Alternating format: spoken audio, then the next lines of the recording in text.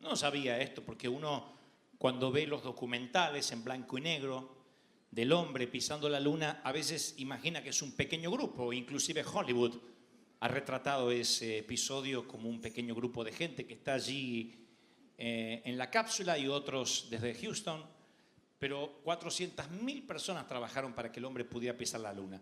Nadie llega solo a la luna, nadie. Nadie llega solo a un pináculo, a la cima. Siempre hay un equipo detrás, y así con cualquiera de los casos. Detrás de Moisés está Aarón, detrás de David están sus valientes, detrás de la reina Esther está su tío Mardoqueo, detrás de Eliseo hay un Elías, y detrás de Timoteo está Pablo. Siempre nos estamos parando sobre los hombros de alguien, siempre. Si hablamos de padres espirituales o de estar parados sobre los hombros de alguien más, de un equipo que pone un hombre en la luna, tendríamos que sí o sí mencionar al apóstol Pablo, porque él fue el padre de muchos hombres que después fundaron la iglesia, llevaron el evangelio hasta los confines del mundo conocido. Pero en particular Pablo le escribe una carta a Timoteo, le envía un email de la época y le da unas palabras maravillosas que dicen: Timoteo, Dios no te dio un espíritu de timidez. ¿Se acuerdan lo que sigue? Sino de qué, ¿alguien sabe? De poder. Tienen menos Biblia que una mezquita. De poder. ¿De qué? De amor y de dominio propio. Son palabras que Pablo le dice a Timoteo. No eres cobarde, no eres tímido. Yo no sé si Timoteo era una cuestión de edad, porque era jovencito, o capaz que era una cuestión de personalidad, pero luchaba con la inseguridad, con una estima dañada. Y Pablo les dice unas palabras de exhortación. Dios no te dio el espíritu de cobardía, sino de poder, de amor y de dominio propio. Luego yo voy a las Escrituras y trato de ver cómo termina la vida de Timoteo. La Biblia no da luz de cómo terminaron los días de Timoteo. Sí, los días de Pablo, pero no Timoteo. Y yo quiero saber cómo terminaron sus días. Así que empiezo a investigar. Y según la tradición, según los libros históricos, Timoteo murió a los 80 años de edad tratando de detener un desfile pagano. Y hay varios historiadores que lo cuentan, que el tímido Timoteo, o el otrora, el ex tímido Timoteo, se para ante un desfile pagano y me dice: no, solo a Dios adorarás. No te harás dioses ajenos a mí, dice el Señor. Solo Cristo que murió en la cruz. Y se para delante del desfile pagano y dice la tradición que muere arrasado como un mártir. ¿Por qué Timoteo haría una cosa así? ¿Por qué determina hacer lo que su padre espiritual había hecho? Pelear la buena batalla, guardar la fe. No sé, yo no puedo dejar de preguntarme si ese valor se remontó a una sola palabra de exhortación que lo mantuvo frente a un desfile pagano, aunque le costara la muerte. De allí el título de este mensaje. Yo creo que hubo una voz que lo mantuvo a pesar del desfile. Una voz que escuchó por encima del desfile. Una voz que te mantiene a pesar de las tormentas. Una voz que te sustenta. Por eso es imposible vivir sin mentores. Esa palabra a él lo mantiene en medio del desfile. Y yo creo que nosotros, estoy hablando de la congregación de River y este servidor, hemos ya alcanzado cierta confianza para que yo les pueda dar hoy una palabra. No voy a decir las mismas palabras de Pablo, que él te ha dado poder, amor y dominio propio. Te diré: deja de usar tu carácter y tu personalidad como una excusa. No te olvides de esta frase. Deja de usar tu personalidad como una excusa. Cuando usas tu personalidad como una excusa, ya no tienes una personalidad. Tu personalidad te tiene cautivo a ti. Deja de usar el carácter como una excusa. Y tú dices: ¿y por qué no retas así? Déjenme explicarle y les explico el reto. Mi vieja siempre me pegaba primero y después me explicaba. Mi vieja hacía ¡fa! Y te caía el chancletazo. ¿Por qué? Ahora te explico. Ahora te explico. Porque ella tenía miedo de que se le pasara el enojo. Cuando yo iba al high school, o sea, ayer, a la vuelta de la esquina, me presentaron una fascinante matriz sobre la personalidad humana llamada la ventana de Johari. Johari. Para los curiosos que dicen qué significará, es una combinación de los dos tipos que lo descubrieron, Joe y Harry. Sencillito. Porque algunos después ponen en YouTube, usa palabras que vienen del humanismo. No, dos tipos llamados Joe y Harry dicen la ventana de Joe Harry. Los cuadrantes son 4 ventanas en nuestra personalidad y nuestra identidad. Y quiero contártelas como me la contaron a mí en la secundaria, en la escuela secundaria, donde el profesor llega una mañana aburrida de un lunes abúlico, de una escuela gris alemana, Werner von Siemens, donde todos eran alemanes, divide la pizarra en 4 y dice, les contaré las 4 personalidades básicas y todos tenemos algo de esas 4 personalidades. No estoy hablando de carácter, estoy hablando de la personalidad, de la identidad. El primer cuadrante es la personalidad pública, lo que tú ves de ti y los demás ven de ti. Lo que ven de nosotros en nuestro perfil de Facebook. Nos levantamos por la mañana, nos lavamos los dientes, nos aseamos, nos ponemos un buen perfume y salimos al mundo. Sonreímos. Esa no es tu personalidad completa, esa es una parte la que se ve, gracias a Dios, con dientes lavados. Pero esa es la personalidad, ese es el primer cuadrante. La persona pública, tu personalidad pública. Todo el mundo sabe cómo eres o cree saber cómo eres. El problema es cuando tú te crees lo que vendes. Cuando tú crees que ese perfil de Facebook, Twitter, Instagram, Snapchat y lo que se vaya a inventar, cuando tú crees que ese eres tú, entonces termina comiéndote el personaje. Así que yo recuerdo estar en una escuela secundaria, un aburrido lunes de un gris invierno de Buenos Aires y ver que el primer cuadrante, el público, era el que yo más o menos creía que era y que los demás creían también que yo era. Pero luego el profesor fue al segundo cuadrante y dijo, es el cuadrante de la fachada, es lo que eres cuando nadie está mirando. Es lo que hablas cuando quienes te interesa que no te escuchen no están ahí. Es el cuadrante donde fingimos, y no me mires con cara de Heidi recién llegada al cerro, porque todos somos unos impostores. Ninguno es así 24 horas al día. Nadie huele bien 24 horas al día, ¿o sí? O alguien va al baño y hace flores. Para decirlo de un modo fino. Todos tenemos un lado oculto. A eso le llamamos privacidad. En el primer cuadrante es la personalidad que llevaremos a la iglesia. Cada domingo sonreiremos, nos vestiremos bien, nos pararemos derechitos.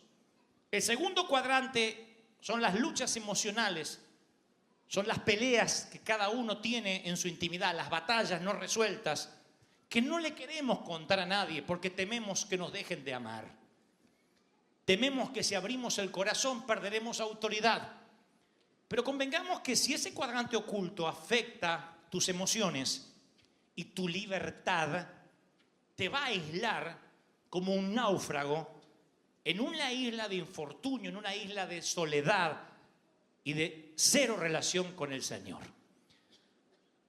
Mamá enferma de cáncer cuando yo era muy pequeño, presumo que por eso ella no me envía al kinder y me manda directamente al primer grado, sin pasar por el kinder, por el preescolar. Así que me ponen un delantal blanco, que era lo que se usaba en Argentina, y me envían a un colegio militar.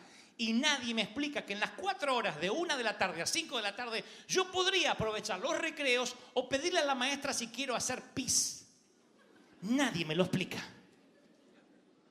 Yo pienso que si me levanto a hacer pis, me pasarán por las armas de los militares, me fusilarán o algo por el estilo. Así que me aguanto y me aguanto y me aguanto y promediando 3 de la tarde, la orina busca su salida a la libertad.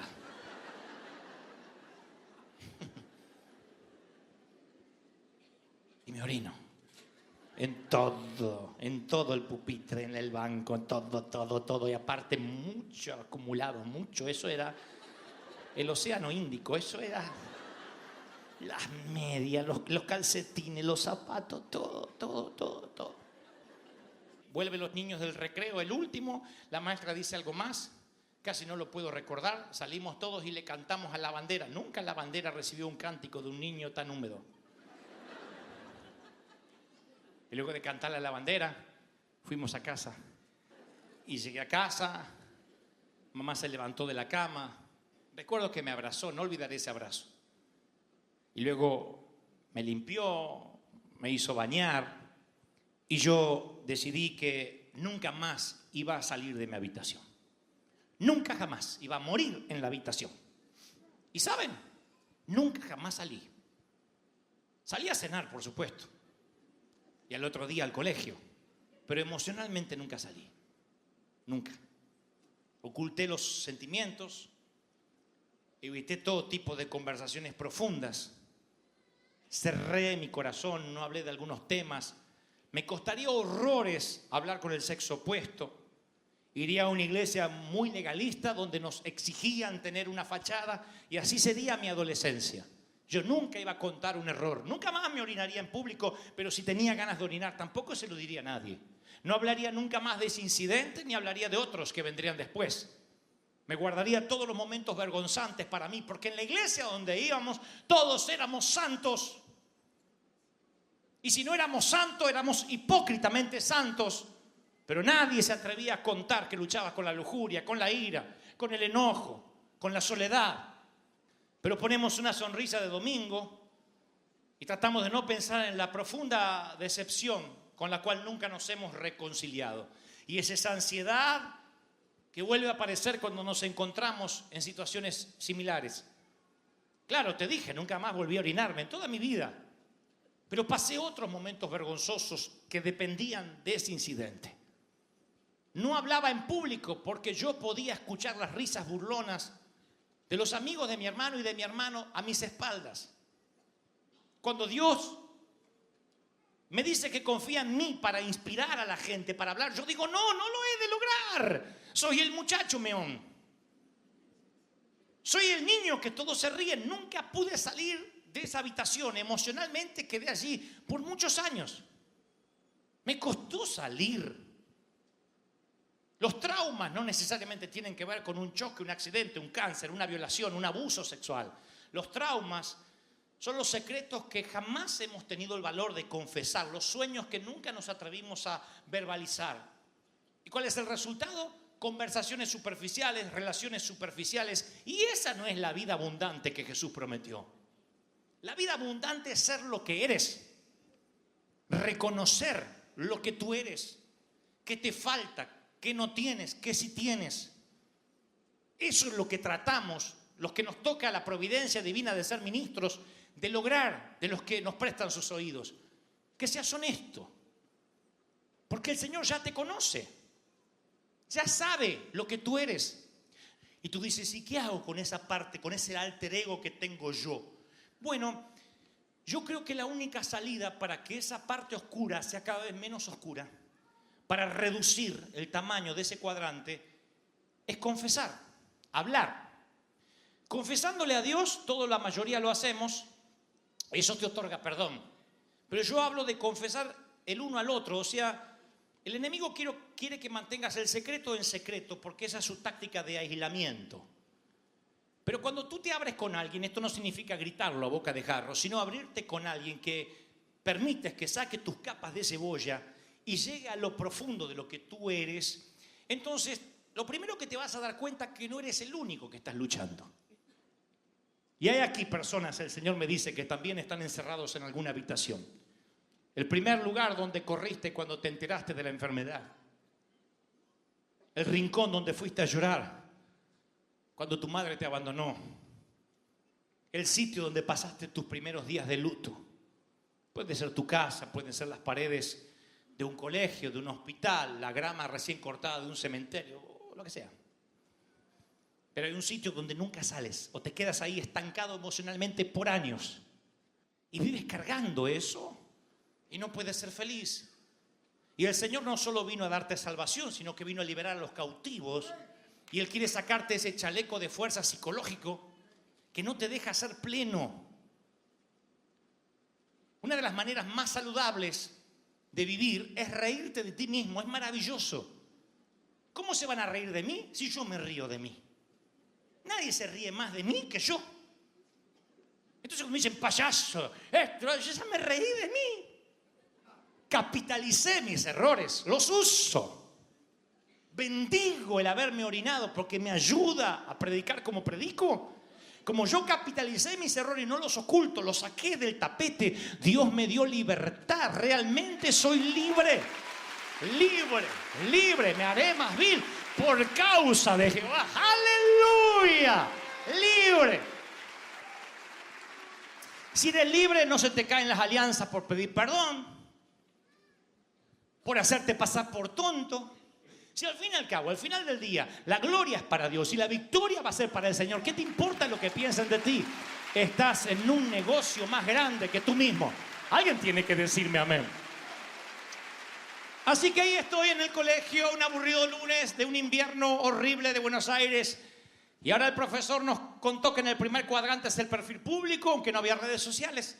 El segundo es la parte oscura, la fachada, los que muchos no saben de nosotros, y va al tercer cuadrante y dice que ese es el punto ciego. Consiste en aquellas cosas que no sabes sobre ti, pero que los demás que te vemos sí.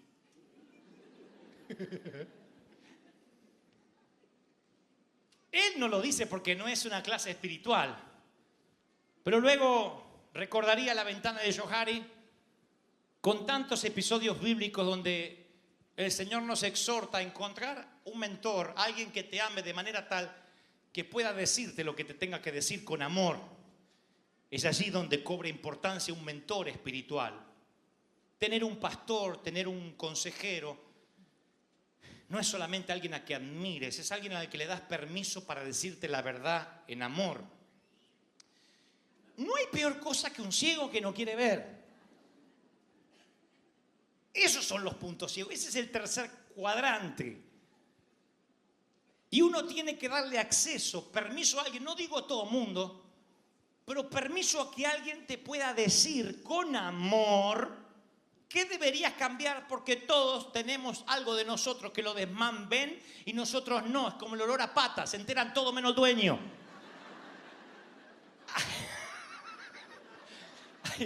Hay algo que nosotros tenemos que la gente ve y nosotros no lo vemos. Nadie se atreve a decirle nada. Tienes que descubrir tu punto ciego. No mires hacia adelante, más allá del sol, lo que llegarás a ser. Mira hacia atrás para ver tu punto ciego. ¿Quién eres? Porque si tú dices, si no fuera pecado, mataría al hermano fulano de tal, para Dios ya eres un asesino y tienes que trabajar sobre eso. Si dices, si no fuera pecado, me acostaría con aquella, ya te acostaste para Dios. Un hombre que mira a una mujer para codiciarla, yo digo que ya pecó con ella en su corazón. ¿Es una pregunta con trampa, retórica? No, está diciendo Dios, siempre vas a estar en pecado conmigo. Y la única forma de ser santo es que la sangre de Cristo te limpie a diario. Que vayas a la presencia de Dios y veas y reveas tus puntos ciegos. Calvino dijo, si no te conoces a ti mismo, no vas a conocer a Dios. No uses la personalidad como una excusa. Que estas palabras suenen por encima del desfile. No uses la personalidad como una excusa. Ve tu punto ciego y trabaja sobre eso. Pero nos mentimos. Decimos cosas como, yo no soy celoso. La verdad que lo que yo tengo es celo divino. Celo santo. Yo no tengo maldad. Es que me enoja lo que le enoja al Señor. Y me escriben, ya vas a arder en el infierno, Dante. Te voy a ver caer. ¿Eso hace alguien que ama? No. Están enfermos de envidia, de celos. Y a lo mejor yo soy una apóstata, pero a los últimos minutos me arrepiento y me voy con Cristo. Y estos de envidiosos se quedan. Porque así funcionan las cosas del Señor. Tú no puedes medir al otro. Ahora, tú también tienes que considerar de quién viene, porque las personas que te van a alentar y te van a mostrar tu punto ciego son tan imperfectas como tú. Así que yo voy a darte una regla de oro. Siempre considera la fuente. Porque un insulto de un tonto podría ser un halago y un halago de un tonto podría ser un insulto. Entonces tú tienes que considerar la fuente. En mi experiencia, yo considero el carácter de quien me está hablando. Yo no creo que alguien con odio, con resentimiento, Dios va a usar para guiarme, yo siempre peso el carácter. Entonces yo lo aprendí y yo considero de quién viene el consejo. No es que vas a andar por la vida, a ver, dígame mis puntos ciegos, porque va a haber gente mala que te va a tratar de herir. Y también voy a dar vuelta al guión. A veces Dios puede hablarle a alguien a través nuestro. Cuando tú desarrollas un oído profético, también desarrollas una voz profética.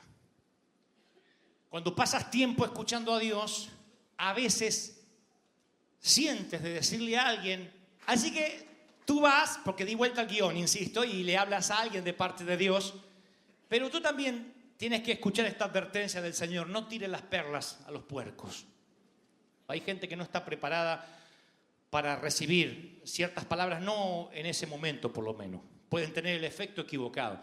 Si tú ves que en una familia hay un accidente, hay una enfermedad, vas a la sala de terapia intensiva y ¿saben por qué les pasa esto? Por no congregarse. ¿Han diezmado ustedes en los últimos meses? Por eso se te está muriendo el hijo. Y el otro, el tipo, le agarra una bronca. Te manda a pasear. A lo mejor asustado pone todos los diezmos juntos.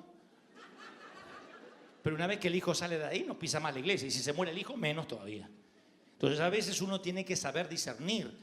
Las exhortaciones, las profecías siempre son para alentar, para levantar, como el alfarero siempre levanta el barro hacia arriba. Cuando Dios te habla es como un papi, como una mami: te voy a quitar el iPad porque te amo, porque no quiero que me traigas malas notas. No lo haces con odio, porque si lo haces con odio no sirve. Si castigas con bronca, con coraje, el niño no aprenderá. Porque él lee tus emociones. Tú no tienes que perder la calma, en lo posible no levantar la voz. Eso hace un pastor con la congregación. No pierde la calma, no quiere matarlos a todos. Quiere que sean mejores, quiere elevarlos a una vida mejor. Por eso debe entregar lo que entrega con un espíritu manso. ¿Están conmigo, sí o no? Y por último, el profesor, en ese aburrido lunes de un invierno tedioso de Buenos Aires, habló del cuarto cuadrante y dijo que ese era un cuadrante desconocido. Dijo: el primero es el perfil público, el segundo es tu lado oculto, eso que tú sabes y los demás no, el tercero es lo que los demás saben de ti y tú no, pero el cuarto es el oculto, el llamado por Freud inconsciente, el subconsciente. Esa fue toda la explicación que dio el profesor, hasta allí la clase. Y yo descubrí que ese era el cuadrante más importante cuando tuve al Señor. Porque esa es la parte del subconsciente que Dios conoce mejor que tú. Es el potencial que Jesús siempre sabía mirar. Una prostituta se acerca a Él y los discípulos, que solamente veían los otros cuadrantes, dijeron: si este fuera profeta, sabría que esta es una prostituta la que lo está tocando. Ahí te das cuenta que no es profeta, la trata como una dama. Si fuera profeta, él sabría quién lo está tocando y que esta es una mujerzuela que cobra por los favores sexuales que dispensa a los hombres. ¿Por qué Jesús se dejaba tocar o dejaba que se acercara a él una mujer de la calle? Es que Jesús veía el cuadrante inconsciente, lo que los demás no podían ver. Un profeta sabe las realidades del presente, pero Jesús también vio quién esta mujer podía llegar a ser y así la trató. Trata a un hombre por lo que es y permanecerá como está. Trata a un hombre por lo que puede ser y será lo que Dios quería que sea. Dios ve a un muchacho emocionalmente preso en su habitación porque se había orinado a los 5 años de edad. Si Dios me hubiese hablado por lo que yo era, me hubiese dicho: ¡hey, meón! ¿Qué harás por mí? Y yo me hubiese dicho: nada, soy torpe de lengua, me orino. Pero Él me habló como le habló a Gedeón: varón, esforzado y valiente. ¿Saben qué fue lo primero que me dijo el Señor después de haber estado preso emocionalmente en una habitación? Me dijo: pastor de los jóvenes, te dirán, hombre de multitudes, inspirador de naciones. ¡Wow! Eso levanta y sana la estima de alguien. ¡Aleluya! Ese es el Señor. Así que dale permiso a alguien para que te hable a tu vida y escucha con mucho cuidado cuando te lo diga. No dejes que una crítica llegue a tu corazón, porque si vives de halagos, alguna crítica te va a matar. Así que no dejes que cualquiera llegue a ti. Tiene que ser personas que tú sabes que realmente te aman. Y siempre que vas a corregir, anima, levanta. Ese es el patrón de Jesús. Animar, levantar. ¿De qué me sirve dejarles culpa a ustedes que digan qué miserable me hizo sentir Dante hoy? A mí me gusta que tú te sientas amado, de modo tal que Dios te trae una palabra como esta y te dice: yo estoy en tu subconsciente viendo el potencial de lo que tú eres. Yo quiero que veas tu lado oscuro para que te expongas brutalmente delante de mí. Yo quiero que quites la fachada y seas lo más auténtico que jamás pensaste que serías. Con cada átomo de tu ser, con cada fuero más íntimo de ti, te presentes ante mí. Siempre digo, los salmos de David son poesía descarnada. No es Coelho, no es Benedetti. No es un poeta imaginando como Gabriel. ¿Por qué tenemos que orar? Es que el propósito de la oración es mantener comunión con Dios. Cuando tú pasas 10, 15, 20 minutos en oración, en comunión con el Señor Jesucristo, cuando te levantas de tus rodillas, puedes estar rodeado de problemas, pero ahora tu actitud es completamente diferente. Dios te quita el miedo, te quita la duda, te quita la zozobra que te estaba destruyendo. Y después de orar tú te levantas con una fuerza que no es tu fuerza, es una fuerza que viene del cielo. Ahora tú, curado del miedo, eres el instrumento que Dios va a usar para resolver tus propios problemas. Entonces, aunque sientas que Dios no está respondiendo tu oración como tú quisieras, continúa orando, porque vas a ver que te vas a sobreponer a los problemas y vas a ser capaz de andar por encima del agua, del mar embravecido, así como lo hizo Pedro. ¿Ok? Entonces, ahora sí, vamos al estudio de la lección de esta semana. El título es Los acontecimientos finales de la tierra. Y el propósito es mostrarnos los eventos finales que sucederán antes de la venida de Cristo, como por ejemplo el sellamiento del pueblo de Dios y la lluvia tardía del Espíritu Santo. Pero para empezar necesitamos recordar que vivimos en un conflicto. Todo el trimestre estudiamos diferentes aspectos de este conflicto. En realidad el conflicto es entre la verdad y el error, entre Cristo y Satanás.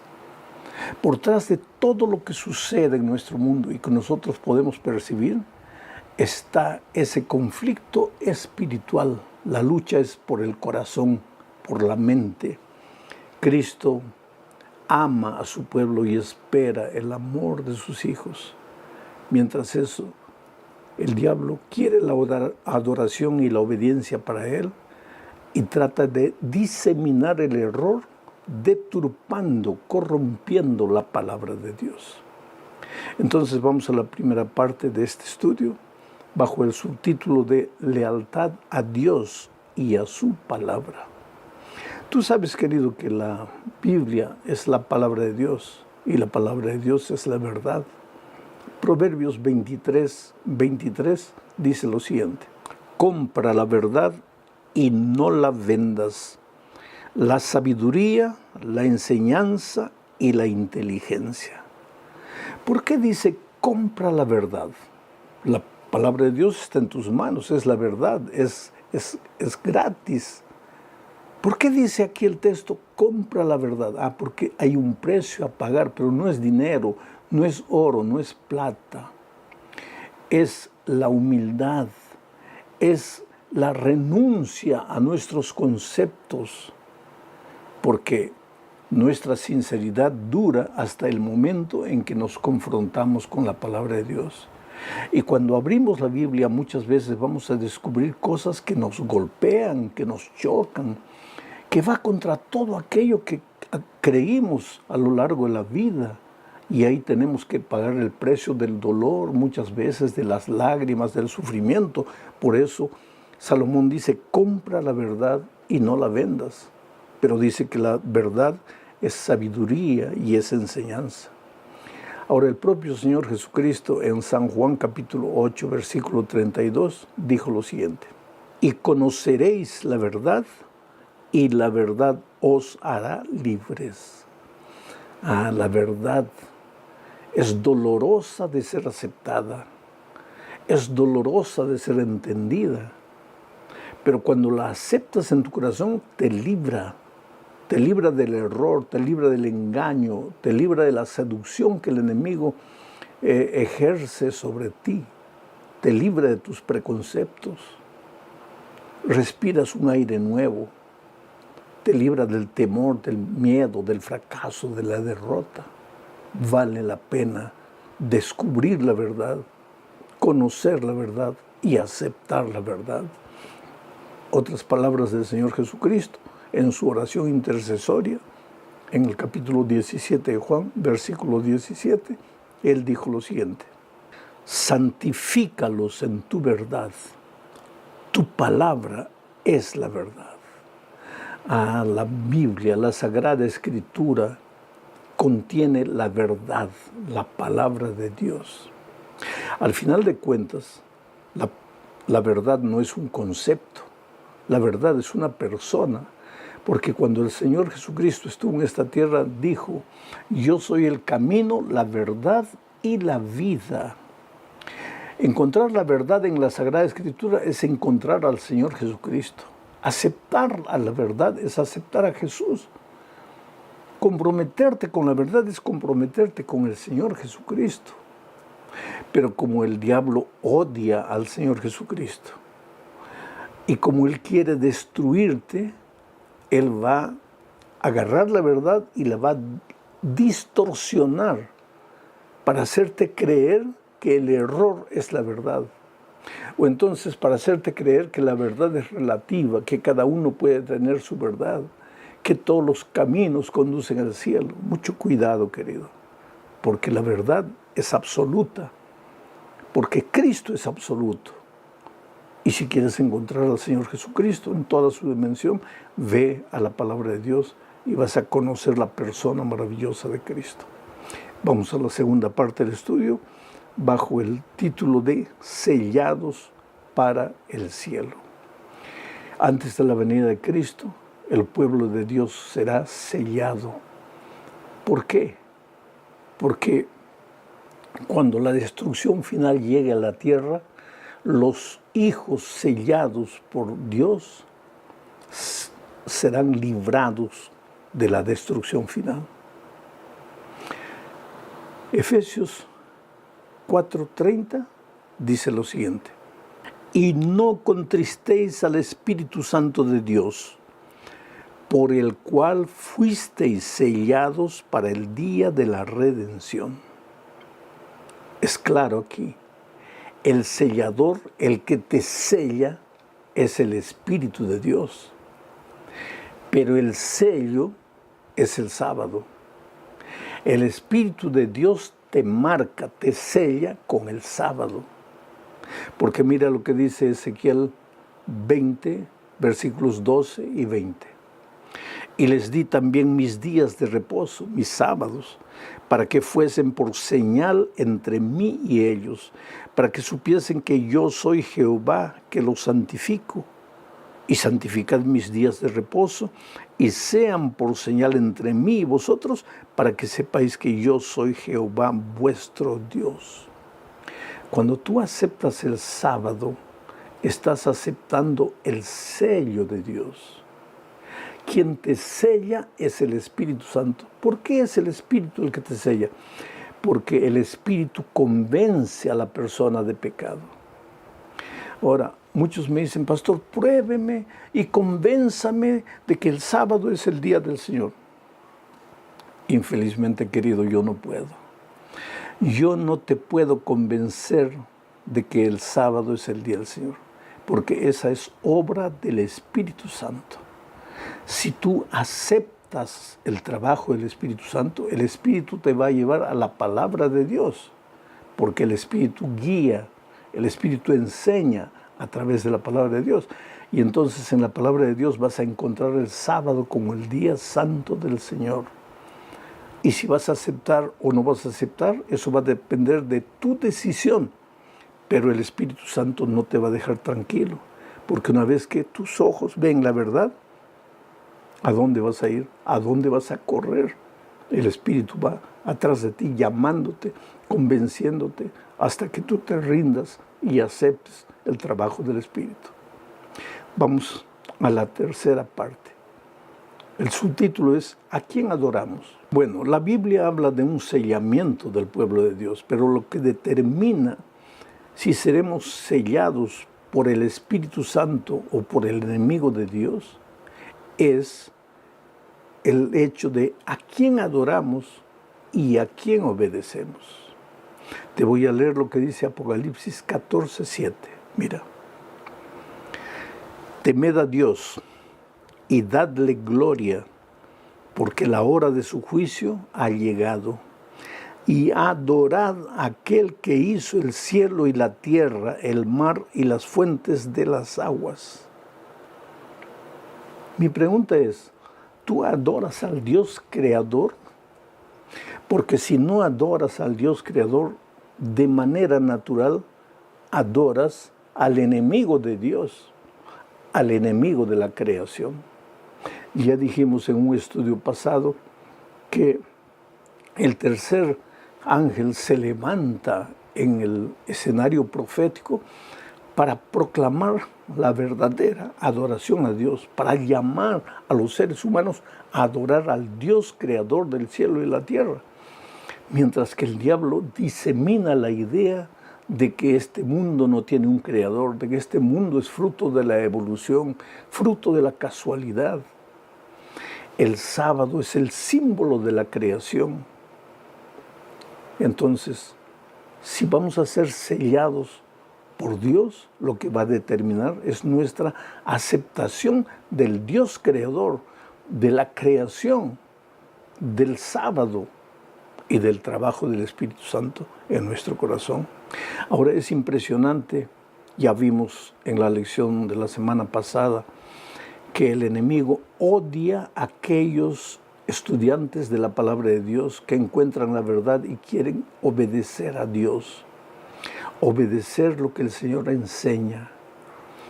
Y en los últimos días, el enemigo entrará en el corazón de muchas personas para perseguir a los obedientes hijos de Dios.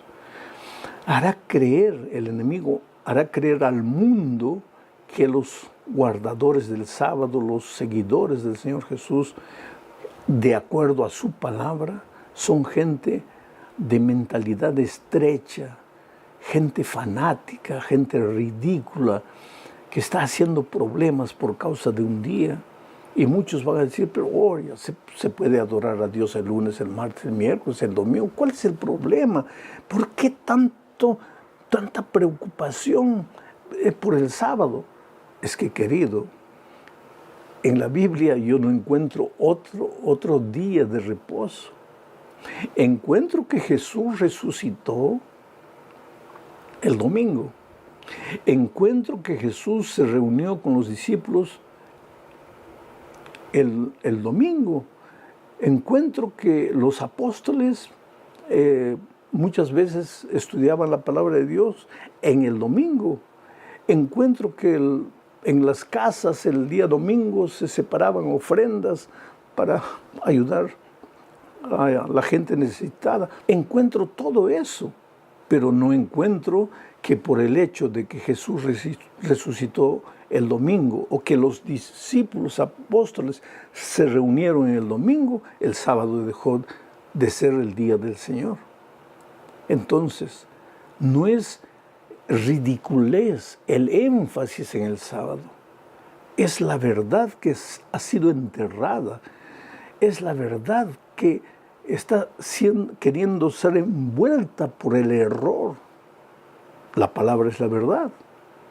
Y aunque nos duela, tenemos que aceptar la verdad, porque la verdad nos liberta.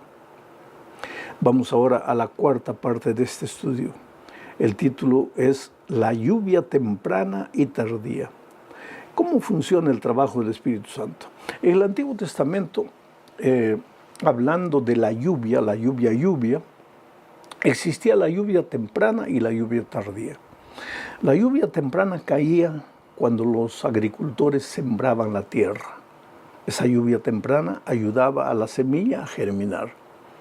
Después venía la lluvia tardía, cuando ya se iba a recoger los frutos, estaban en punto de maduración, venía la lluvia para ayudar en la maduración completa de los frutos. Bueno, en el Nuevo Testamento se toma esta figura de la lluvia temprana y la lluvia tardía para referirse al trabajo del Espíritu Santo en la vida de cada cristiano y en la vida de la Iglesia de Dios. Le llamamos lluvia temprana al primer trabajo del Espíritu Santo y le llamamos lluvia tardía al último trabajo del Espíritu Santo. Es como si fuese un edificio. ¿Cuál es el primer trabajo? Sentar las bases, los cimientos, las columnas. Ese es el primer trabajo. Esa es la lluvia tardía. ¿Cuál es el último trabajo? Colocar el techo, el acabado, en fin, el arreglo final del edificio. En la vida del cristiano, ¿cuál es la lluvia temprana? El primer trabajo que el Espíritu Santo hace. El propio Señor Jesucristo dijo que cuando el Consolador viniese, convencería al mundo de pecado, de justicia y de juicio. ¿Quién me va a convencer de que por más sincero que yo sea, estoy en el error? Es el Espíritu Santo. Él me va a convencer de mi pecado.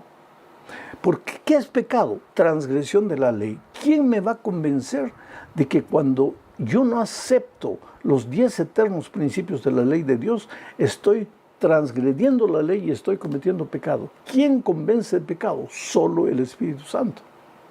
Ahora, cuando aceptamos el primer trabajo del Espíritu Santo, estamos listos para recibir el último trabajo del Espíritu Santo, o sea, la lluvia tardía. Y la lluvia tardía va a suceder en los últimos días, en los días finales antes de la vuelta de Cristo, dándole poder a la iglesia, poder para predicar, poder para hacer milagros, poder para anunciar el Evangelio con el último pregón al mundo antes de que Jesús venga. Y esto necesariamente nos lleva a la última parte de este estudio, bajo el título de El fuerte clamor. ¿Qué es el fuerte clamor? Es la plenitud del Espíritu Santo en la vida de los hijos de Dios. Voy a leer Apocalipsis 18, 1 y 2. Dice Juan en una visión que tuvo: después de esto vi a otro ángel descender del cielo con gran poder, y la tierra fue alumbrada con su gloria. Mira esto, la tierra fue alumbrada con su gloria, y clamó con voz potente diciendo: ha caído la gran Babilonia, y se ha hecho habitación de demonios y guarida de todo espíritu inmundo y albergue de toda ave inmunda y aborrecible. ¿Qué es Babilonia? ¿A qué simboliza Babilonia?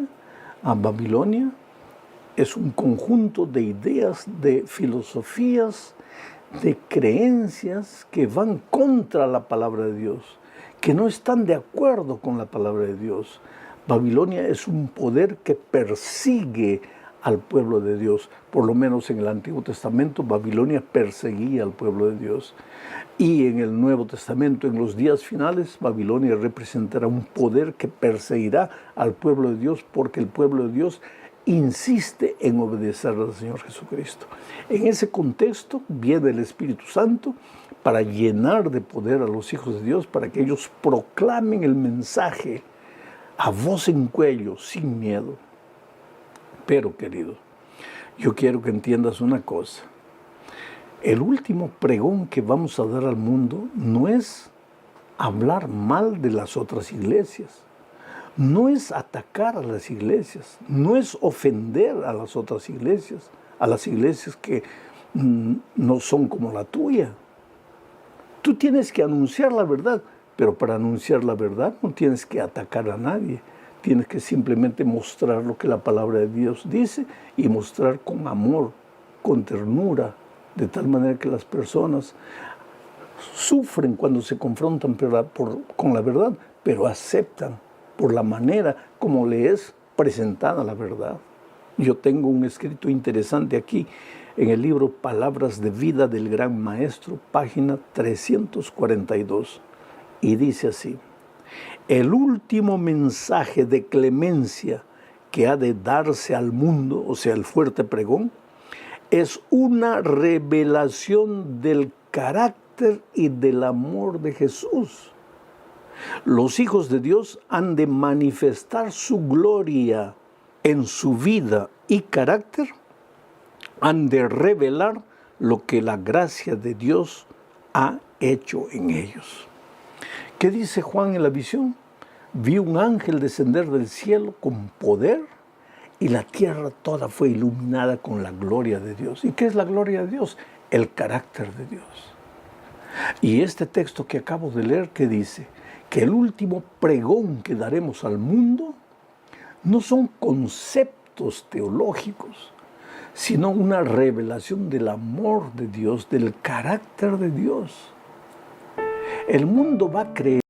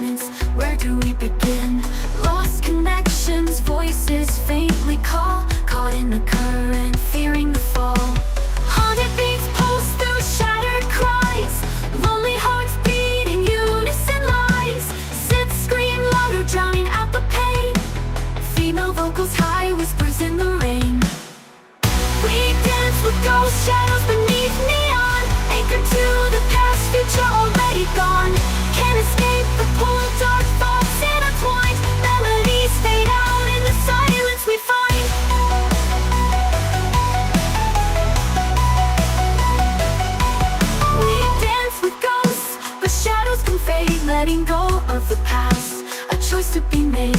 Break free from the pull, rewrite the design. Melodies rise up, a new strength we find. Rain falls hard, washing away our sin. Rain falls hard, washing away our sin. Rain falls hard, washing away our sin. Melodies rise up, and new strength we find. Rain falls hard, washing away our sin. Rain falls hard, washing away our sin. Rain falls hard, washing away our sin. Melodies rise up, and new strength we find. Right beat a rhythm, a steady refrain. Breaking the silence, washing away the rain. Hope ignites a spark, a fire in our eyes. Together we'll rise under brighter skies. We dance with ghost shadows beneath neon. Anchored to the past, future already gone. Can't escape the pull, dark thoughts intertwined. Melodies fade out in the silence we find.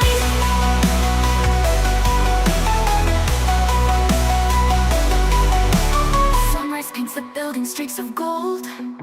A chance to break free, a story untold. Maybe this heartache won't hold me so tight. Maybe a new day can set things right. Haunted beats pulse through the steady refrain. Letting go of the past, a choice to be